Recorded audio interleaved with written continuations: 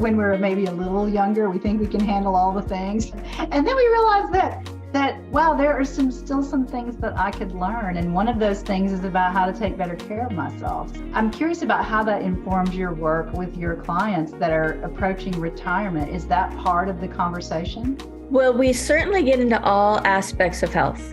So beyond the physical, we get into mental, emotional, social, and spiritual, whatever that looks like to them. You know, I don't want to dictate that, but it's an important part of who we are as beings. And so if people haven't explored that before, I encourage them to explore it. And some pretty wild things have happened.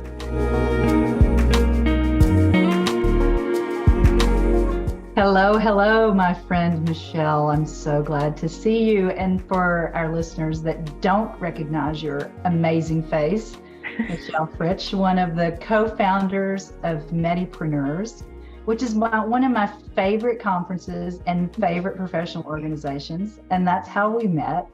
I guess it was 4 years ago, 5, I guess, really, pre-pandemic. And I had just been downsized from a corporate position, and I was scared and miserable and sad. And I wandered into an event in Asheville where my whole life changed because it gave me the courage to just say yes to this entrepreneurial thing that I had already kind of started. I had been coaching for about a year, and you really set me on my path. And so I want everyone to know about you. As one of the co-founders of Medipreneurs, I want them to know about your entrepreneurial journey. And most of all, we're going to talk about your well-being. But first, tell me more about how did you get to Medipreneurs and who are you? Oh, I'm so glad to be here, Brigette. Thank you for the invitation. I agree. I always love talking to you. Medipreneurs was an unexpected, wonderful, happy thing that happened when I left academia to become an entrepreneur. And I did that because I'm passionate about what I call preventive geriatrics, helping people that are nearing retirement to do so with a solid plan for health and purpose and fulfillment moving forward. And as an entrepreneur, I knew Anna Garrett. And Anna and Sue had just met each other at a business coaching conference, which is not the kind of thing any of us were accustomed to pharmacists attending. And so they met each other. Anna knew about me, and that's how the three of us came together when we realized that we could help each other. You know, as soon as one of us hit a barrier, one of the others had already done that aspect. But then it would trade around who was the experienced one with whatever somebody else was struggling with. So we realized if we could help the three of us could help each other so much, what if we opened the door to everybody else? And we had no idea what to expect that first year. And the energy before the thing even started was so palpable. We realized we'd struck a chord of something that was much needed and really important. Yeah, you kind of had a tiger by the tail, I think. I think we might have, because you're right. That was 6 years ago. And so much more has happened since. It's incredible. Yeah. And so you've attracted pharmacists to that event that really want to do something different in their career. So there might be other people that are starting their businesses. They could even be students that don't even know that you could start a business. So all sorts of people are attracted to that. And so I would imagine that you've had some challenges along the way. You worked with 2 other entrepreneurs. It's probably kind of challenging to take care of yourself in the midst of it all. So I want to start there, if you don't mind. Just all of us struggle sometimes to protect our own well-being in the midst of a busy career, especially one that involves so much outward-focused creativity. So I want to ask, what does well-being mean to you? What does it look like in your life? Oh, so many things come to mind. So I will tell you the current answer is well-being is being aware of when I'm getting into, or not having well-being, is when I realize I'm getting into almost like one of those panicky modes where I'm making rapid fire decisions out of fear and not in my creative space, which is where I most love to live. And so being aware of that. And in recent years, thanks to people like you, I've learned so many techniques to bring myself back. Personally, my faith is at the core of everything I do. And so beginning my day in the Word and in prayer completely alters the trajectory of my day. When I skip that, it's tangibly different. And then movement and walking, I've just got to be aware that I don't sit in one place too long, because then, physically, especially, you start to feel not so great. So these are relatively new techniques for me. I've had those episodes in my life where I've done a terrible job and reaped the consequences, super high stress situations that I could have handled so much better if I'd known half of what I know now about how to enhance my personal well-being. And I think another piece of that is it's good that this entrepreneurial journey came at this point in my life, because I honestly don't think I could have handled it before all the lessons I've learned. I so agree with you. I'm glad you said that, because when we're maybe a little younger, we think we can handle all the things, and then we realize that wow, there are still some things that I could learn, and one of those things is about how to take better care of myself. So it sounds like you have some pretty solid practices, and I'm curious about how that informs your work with your clients that are approaching retirement. Is that part of the conversation? Well, we certainly get into all aspects of health.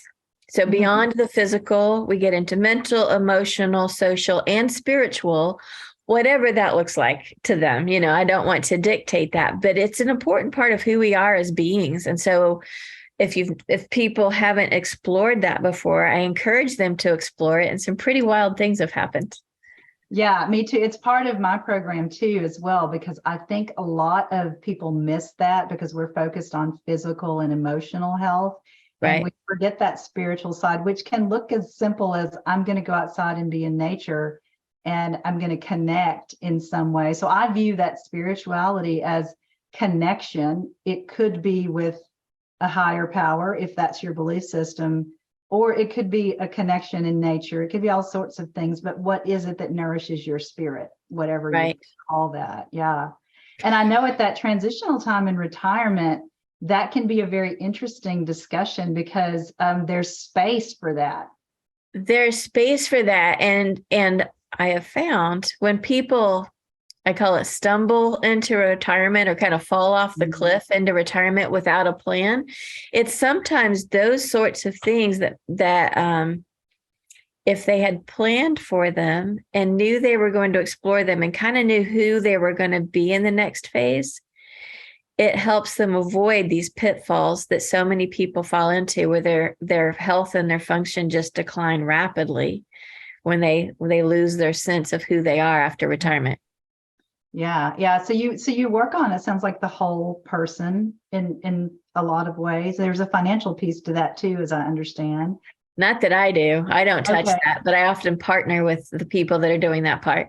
Okay. But so you're really looking at their overall health and their medication use and their overall health and just how satisfied are they moving into this next phase? Yeah. And I think the thing that I learned through years of practice is that purpose is the thing that makes a difference. When they're completely defined by their career and they leave and all they feel is loss, then they decline. If they can say, hey, I have all these wonderful skills and experiences and things that I'm passionate about, and I can apply them in this next phase of life with the freedom that I've gained, then they do so much better. Every aspect of health is better. Yes. You are my people. So I actually spend time with my people, my clients, mapping that with a mind map. And it's so much fun to see, like, they think that it's all about work, but there are so many other aspects of their lives that they're paying attention to suddenly that they weren't aware of before. Funny, I call it the MASH map, but yes, we're both mapping. Yeah, it's great. Yeah, geeks, here we are. Very much. Yeah. How do you map your own well-being when you fall off, when you notice that you've fallen off the wagon and you're not practicing? The first thing that came to mind is my family lets me know. So they're like, "Ooh, you just need to go away by yourself for a bit." But it's recognizing what did I let fall away? What have I let consume me to the point that I'm not taking care of myself? And so the awareness and sort of forcing myself to step back and then put the train back on the track is probably the biggest thing. I will say there have been two particular times in my life where things came at me that I didn't know how to handle. And they were really threatening to derail a lot of things. And I've actually gone away for an overnight by myself. Nature is a big thing for me. So it involved a lot of hiking. It involved a lot of just being out and breathing some fresh air, but making some really big decisions to pull myself back together and re-engage in the ways that I needed to and get through the thing that I was facing. Yeah, so that time to retreat and take stock. It sounds like that's what you were looking for. Is that a regular part of your business practice now? It's not. And as we're talking, I'm like, it should be. It really should be. But no, I've only done that in that way twice. Scared the heck out of my husband, where I'm like, I'll be back in 24 hours. All will be fine, but I've got to leave right now. And yeah, I do that occasionally, and I do call it executive planning because it's the committee in my head that needs a break. So I like it. So the C-suite sometimes goes to a hotel that is not very far from me and does some planning. And my husband and I went together in December. It's about 6 minutes from our house, and so we had a planning summit where he said really helpful things like, I would like for you to pay attention to me in this next year. And I said, oh, thank you for telling me that.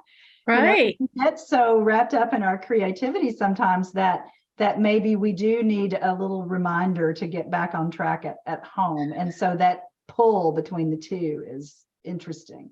It is. We don't know what we don't know. If you're so focused in one direction, I can be oblivious to the impact that's having on other things. So I need people to step up. I mean, even back when I was recruiting residents to train them, one of the big parts of the conversation would be, okay, this is who I am. Here are the good parts. Here are the not so good parts. And here's where I need you to be ready to be honest with me. If this is happening or that is happening, and had wonderful resident relationships, but part of it was just being really clear up front. Yeah. And I know that about you, that you are very clear and you're very authentic in your conversation. And I'm sure they appreciated that mentorship. Hopefully they carried it forward. If you ever want some funny stories, you can talk to them. So I would call that mindful communication. And I'm curious about what comes up when I say that phrase. Well, I think that's a good term. And it was learned, stepped in a whole lot of pits before I learned how to avoid them and walk around them. There may be some people who can be that insightful right up front, but I learned from mistakes and started to try to apply that forward. Yeah. It's if you look for resources about that, there's Oren J. Sofer is my favorite, and it's called Say What You Mean. And Ooh. So as I'm thinking about the way you communicate, you do say what you mean. So whether you read that model or not, but part of that is really being present, so that you can notice if you're in this sphere-based part of your brain or you're in your executive function. It sounds like you have that. I'm present and I'm aware. What else do you do? That's my word for 2023 is present. Oh, awesome. It is, because I felt like last year I let the chaos catch up with me too many times. I'm going to try not to do that this year. So what does present look like for you? What does it mean? Just being, we're in this interview right now, so I'm focused on you and on this and not thinking about that big MOU that I have to write by the end of the day, that I'm trying to stay focused. And then definitely true with my husband. We're fairly new empty nesters. With my kids, when I actually get time with them, and with everybody else in my life. I'm blessed to be in contact with so many people, and I can get myself into a frenzy where I'm thinking about everything else during a conversation, and I need to stop that. And I need to just be present with what's happening in this moment. Yeah, I think about it as, where is my body? Where is my mind? Yeah. And where is my spirit? So I do think of that kind of in that holistic way, because my nervous system could be in the future. Usually my head is almost always in the future. Yeah. And then there's a little bit of like spirit too. Like, where is it? Is it longing? Is it pulled back somewhere? I think that's an interesting way to kind of feel it, embody the presence too. So it's something that I do regularly. Like, where am I? And enough so that if I'm not present, my husband will call me out, or my daughter in particular will call me out. Yeah. I have two daughters that will do that. Yes. Yeah. So you're teaching them the same thing. So they know when you're not. And so they probably know when they're not. Right. Right. And so this you have these practices that bring you back. And you alluded to, there was a time in your life when you weren't quite so practiced, and maybe you weren't doing so well. Tell me more about that. What was that? What did that look like? We've all had those times in our life where things go sideways. It's not what you expected. It kind of comes out of the blue. It can be incredibly hurtful. And you can I can lose myself in it, and kind of, it's almost like you jumped in the pool and you can't figure out how to get your head back above water.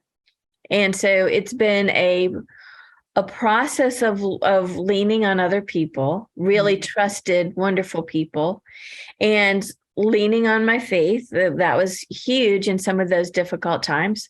But then kind of saying, one, I need to forgive the people that were involved, because to hold on to that only was hurting me. And so let that go, and then learn how to be in a better place where you can manage things better the next time, because it's going to happen again. How do you handle it different? What did you learn? What did I learn that I can manage the next time? If you don't mind, there's actually a Bible verse that I turn to, that I picture as a circle. And it talks about, it's Romans 5:3-5, that stuff's going to happen. It's going to happen. And every time you survive it, you learn more about perseverance. And as you learn about perseverance, your character is built.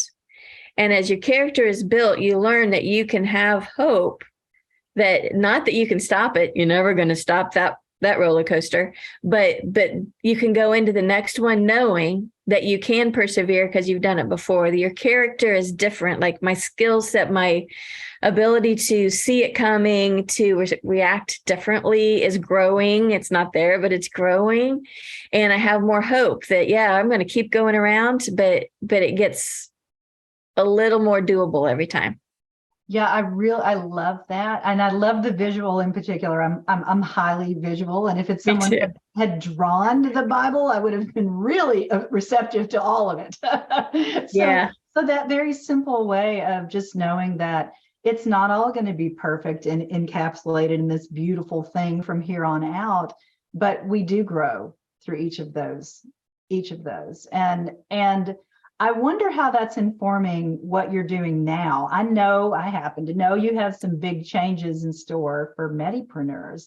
How are you leaning on that? So Medipreneurs has been the most wonderful journey. And something that has really come to mind in the last couple of years is that our healthcare system is a mess. There's a lot of room for improvement. And I think that is leading more and more people to choose entrepreneurial journeys in all the health professions. And none of our health profession programs teach us how to develop a business, how to run a business, how to be successful as business owners. We're taught to be excellent clinicians. And so I see Medipreneurs as a place to come for process and business development, but it's pertinent to all of us in all the health professions.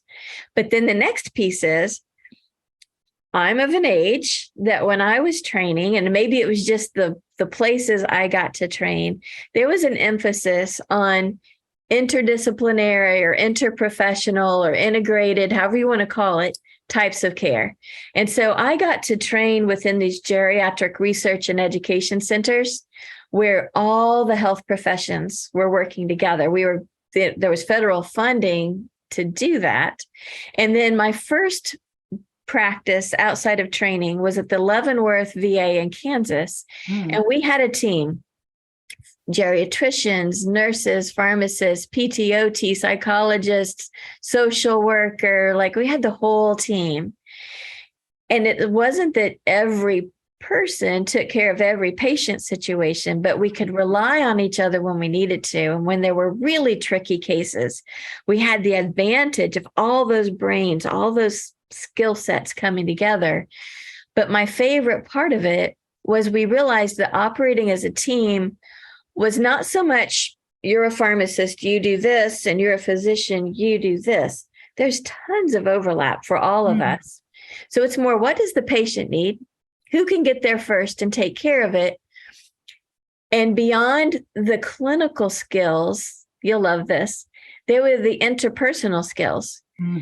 This patient is in crisis. Of our team, who's the best at calming someone in crisis? This patient needs to hear some really difficult news. Who's the best of our team at delivering difficult news? This patient needs X. And then getting into who are we as people and utilizing the skill sets of the humans. Love, love, love. Yes. That is such a hopeful message to go back to this cycle of hope. So you've had this experience before throughout your career, and now what's happening? Well, and I've gotten to experience it also in workplace wellness, in faith-based wellness. I got to work with some nurses for a while in diabetes, and we ended up going to a CDC translation conference. I mean, I've had real interprofessional experiences. So I know how impactful that can be, but I don't see a lot of push for it in practice, in training. And so I want Medipreneurs to be a source of promoting interprofessional care. I think patient care will be better when we're purposefully talking to each other and integrating our services. But I think our businesses will be stronger when we're purposefully working together and integrating our businesses. Agree. So that we don't continue to create that same fragmentation inadvertently. It's confusing for the patient. It's expensive for the patient. And they don't know who to listen to when there's all the different experts that are telling them the thing. And so if we could work as a unit in a more meaningful way in a community, which could be a virtual community, people would do better in general, us too. But yeah, I totally agree with you. I'm excited about the new focus. So it's gonna be fun. And tell me how you've developed those relationships. And so lifestyle medicine is one of my hats that I wear. And one of the pillars is intentional connection and those social connections. And so I'm curious about how you think about building those interprofessional connections. I think having had the experience to see the benefits of all the different players gives a little bit of maybe legitimacy when I call somebody out of the blue and I'm like, hey, I want, one of the things we're doing right now through Medipreneurs is hosting these interprofessional conversations. And that has been connections I've made myself and a lot of great introductions to people to say, here's what we're doing, and this is why, for the reasons we just talked about. And I would love for you to be part of this. And it has been wonderful to have these conversations because you quickly find out that we don't have a great grasp of what the other professions know and do, and just how much overlap we truly have, and how we really are oriented toward making the patient better. I find sometimes the allopathic side thinks that the integrative side doesn't know what they're doing and it's not real. Mm-hmm. The integrative side thinks the allopathic side is just pushing pills. And boy, if we can bridge that communication and find that we're alike way more than we're different, I think great things are going to happen. Yeah, I agree. And patients they're not sorting through, do I want allopathic? Do I want integrative? They're looking for, how can I get better? Yeah. How can I engage in my life more deeply? They're the only people fighting about this are us. you know, like, give it up. And we're fighting about it from a source of not having clarity or a lot of correct knowledge, so much room to clear up some misconceptions. Absolutely. And probably from a place of scarcity as well. So we've had lots of conversations about that. We have, and you're absolutely right. Yeah. And so the new Medipreneurs event that's coming up, I would love for you to talk about that as a place for all of these interprofessional groups to gather. Tell me more. So we're going to do things a little bit different. We're going to meet in Kansas City at the University of Missouri, Kansas City. And it's going to be on June 2 through 4, which is not our typical time of year. I'm really striving to get us back to April, which was where we were pre-pandemic. And then, the pandemic messed up everything for everyone. So this is a timing wise, we're kind of moving back. We got able to get back to June. And I think 2024, ideally, we'll be back to April. And this particular one is going to be about developing your business, getting it to the next level, whether you're new, just getting started as an entrepreneur, or you are a serial entrepreneur, or you've got 10 franchises of your business right now. A business process is the same, whether you're just now developing it or you're honing and tweaking it to enhance your ability to scale to the next level. And then picture we'll all be together. And so as we walk through the process, we'll be given a charge to focus on a particular part of our business. But then you'll have that chance to talk to all the other people who will not only be at different levels of business development, but from different professions. I think the brainstorming and the helping of each other that's going to happen is just going to be beyond my wildest dreams. And then there will also be quiet spaces throughout the building where if you get an epiphany and you just got to capture it before it disappears, you can scurry off to a quiet space and do that as well. So that we'll be kind of going back and forth where we're together and then we're doing our thing and then we're together and we're learning. The goal is that there will be more resources available than ever before. And so as a business owner, you will fill in the gaps that you identify of your business. You will tweak and enhance things that will allow you to scale and grow. And you will not leave with a list of, I have to find an insurance provider and I have to find a lawyer to talk to, and I need a new marketing scheme and I need a this and I need a that. You will have had a chance to talk to people that provide those things and maybe made your connection and already aligned those things to happen. Again, rather than have a big to-do list. Awesome. Yeah. And I have made some great connections at the Medipreneurs of the past as well for all of those things. And so I can't wait to see what's coming up. And it sounds like the ability to have those other professionals in the room. In pharmacy school, it would have been a case-based, patient case-based. This is a business case. So that's pretty fun for the good of the patient. But a really different perspective from other entrepreneurs and small business owners about how they're thinking about health in their business. It's going to be fun. I think it is. And we all know that being an entrepreneur can be so lonely. And you're going to just build this big team. We call it the tribe of people that you can call at any time and not have those feelings of, I have to figure this out by myself. Yeah, awesome. Well, I will certainly be there. And so I know that's a big thing on your plate, and I know you have others. So how are you thinking about keeping your own well-being on track for 2023? I know you have a word, but what else are you committed to? I'm committed to my morning routine. Making sure, and sleep is, I need sleep. I'm trying to make some diet changes because I know that, we eat cleaner foods, we feel better. And I moved fairly recently, just over 2 years ago. And so being intentional of making more relationships in my new community, because I'm a people person, I need to be around people. That whole being stuck in the house and not going anywhere, I drove my husband absolutely insane. So looking for really developing other relationships so that I get that fulfillment without leaning so hard on him. Yeah. So that intentional community where you actually live. Right. And it's all new. We haven't lived here long enough to know people well. So we're working on that. Yeah, that's on my list too. And one of the ways, capacity is my word for 23. One of the ways that I'm building that resilience and capacity is by really connecting in the community. So I have found an entrepreneurial space here that I love. It's beautiful.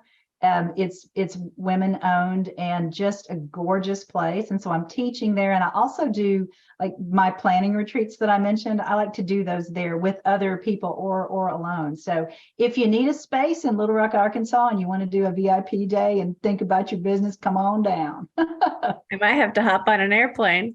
Yeah, it's really a gorgeous place. And sometimes that matters. So I'm sure your house is part of your gorgeous place strategy.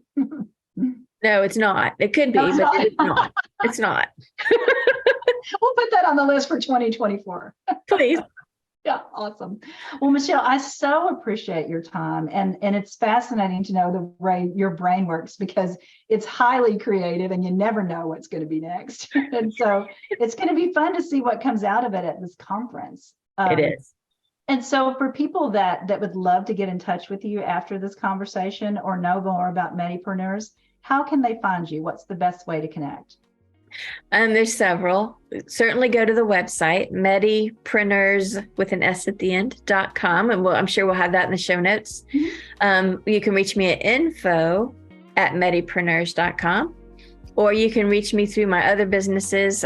Probably the shortest one is Michelle@retirewellness.com. Awesome. So be glad to talk to anybody that wants to know more. Yeah, awesome. Thank you so much. And I so appreciate your time. And it's always fun to learn more about you. I may borrow your wheel. So thank you for sharing your heart and your vision. And I'll see you in June. Thank you for inviting me. I can't wait to see you in June. And we didn't talk about, but you will be teaching people strategies to get their day started off in the ways that we talked about. And you're so good at that. So another added bonus to coming to Medipreneurs. Thank you. It's my favorite thing to do. So I will see you there.